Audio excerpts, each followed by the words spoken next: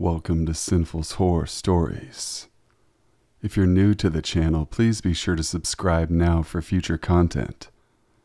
Be sure to turn on all your notifications so you don't miss a single video.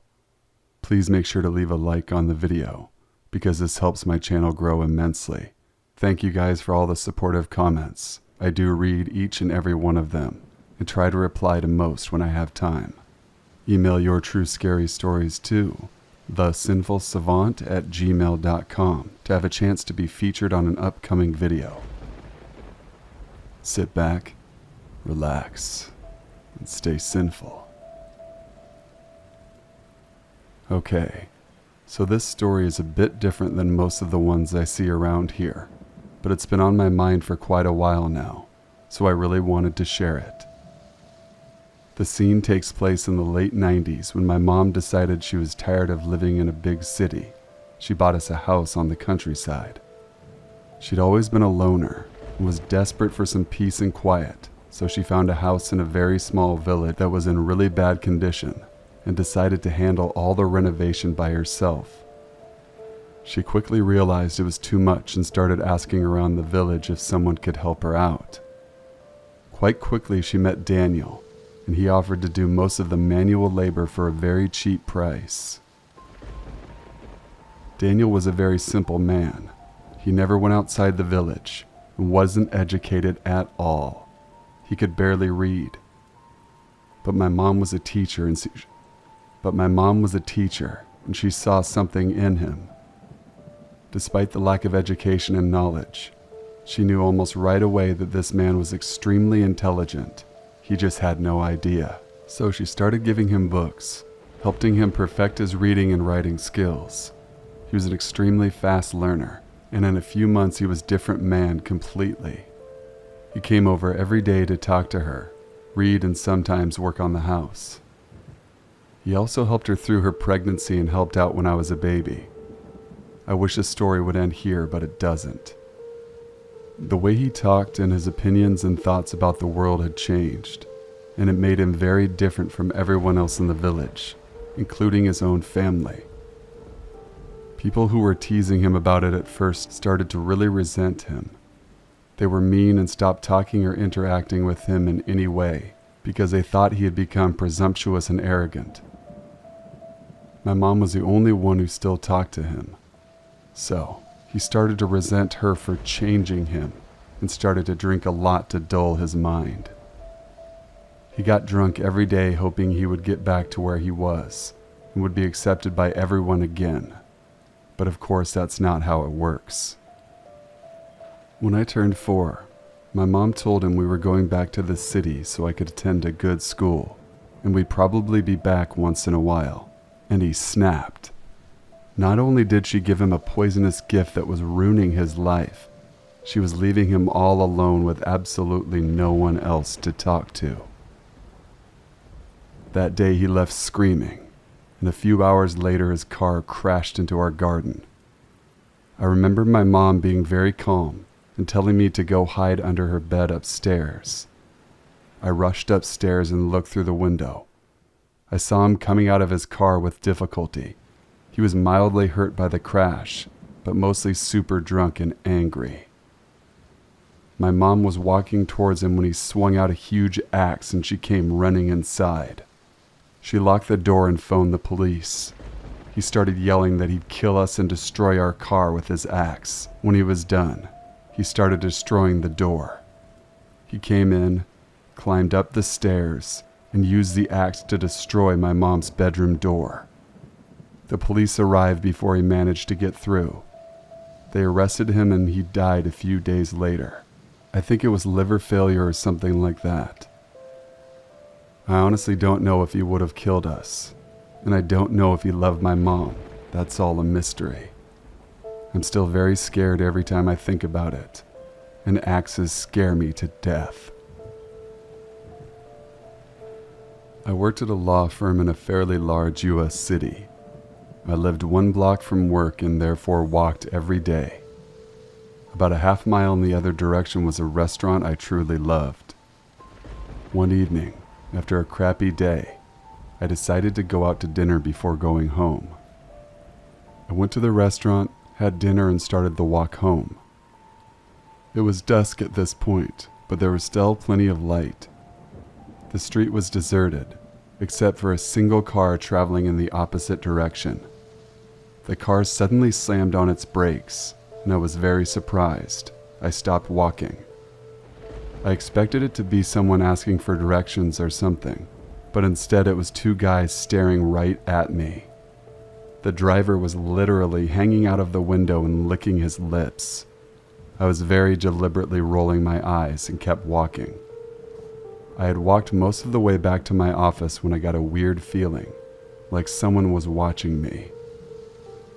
I looked over my shoulder and the same car was there, a couple of feet behind me. They'd flipped a U-turn, cut their engine, and coasted down the street behind me. The passenger was closer to me now, and he was leaning a little out of the window making gross faces at me. I didn't think, I just started running. I heard the car start up and follow me. I was close to home, but I didn't want to lead these guys to where I live. I ran down the rest of the street and through an intersection. I made it to the parking structure for my office building, which had an entrance into the building itself with security in the lobby. I hung out in the lobby with the security guy and checked outside again and again until I was sure the car wasn't there anymore. Then I ran the 1 block home. I think about those guys every time I walk alone now. I live alone in a bad neighborhood just outside of the city. At this point, I had been living there for maybe 3 years with no incident. Well, I mean, there were several shootings on my street, but no one shot at me, so no incident, I guess. I'm the kind of person who can't sit still for very long, so I find myself standing or pacing a lot. On this particular night, maybe at about 2 a.m., I was pacing while reading a textbook to prepare for an upcoming test at my university. I stopped pacing for a little while and just stood near my front door to read. That's when I heard my doorknob turn. For some reason, though, I nearly shit myself. I was able to calmly look down at the deadbolt to double check that it was locked. It was. I looked through the peephole to see who was trying to come inside, but no one was standing there. Obviously, this was confusing. I neither am superstitious nor a believer in the supernatural, but I'm also stupid, so my first thought was, is a ghost trying to break into my house?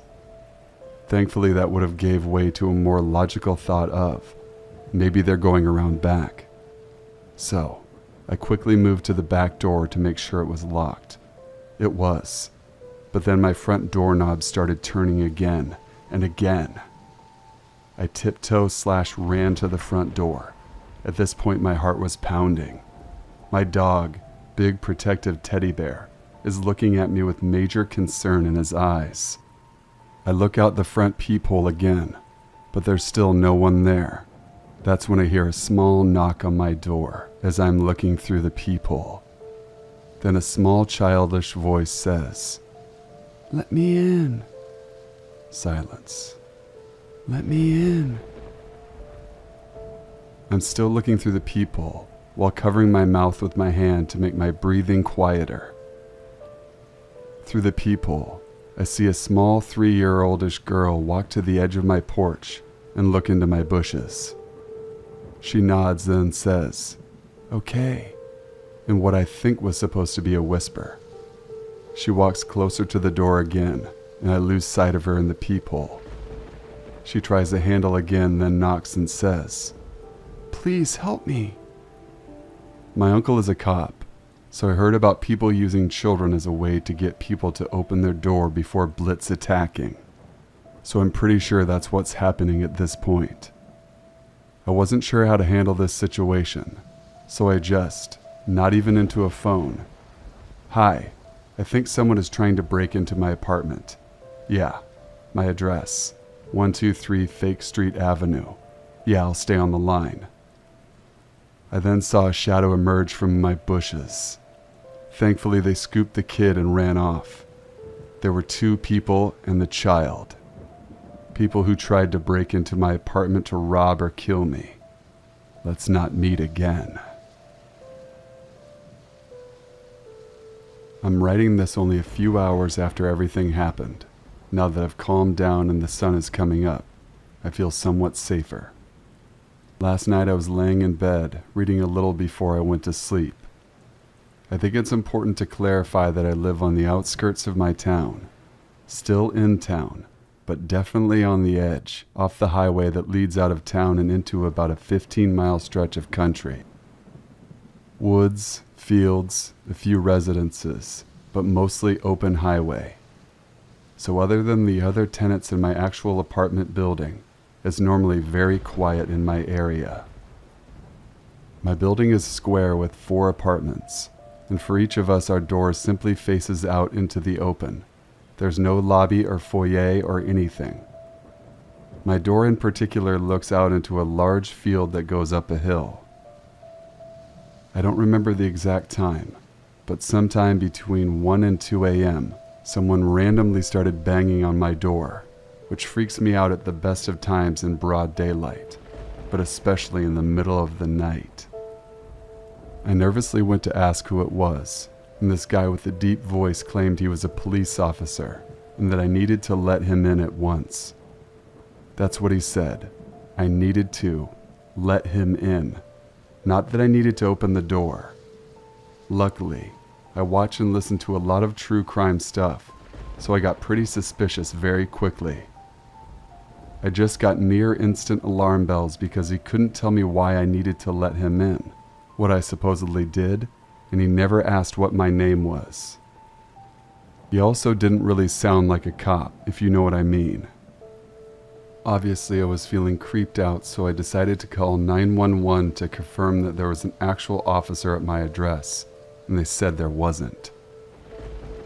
At this point, I'm freaking out, and I kind of call out through the door that I'm on the phone with the police, and the guy just bangs on my door one more time, then stops making noise. I presume because he ran off at this point. They dispatched 2 cars to my apartment, and the officers took a good look around. Unfortunately, the guy was long gone by the time they got there, and I never saw him, so I don't have a description of him or anything.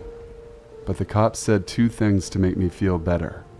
1, they would post more patrols in my area over the weekend, and 2, it was most likely just a prank because a bar down the street from my apartment had a party, and it had just closed not too long before.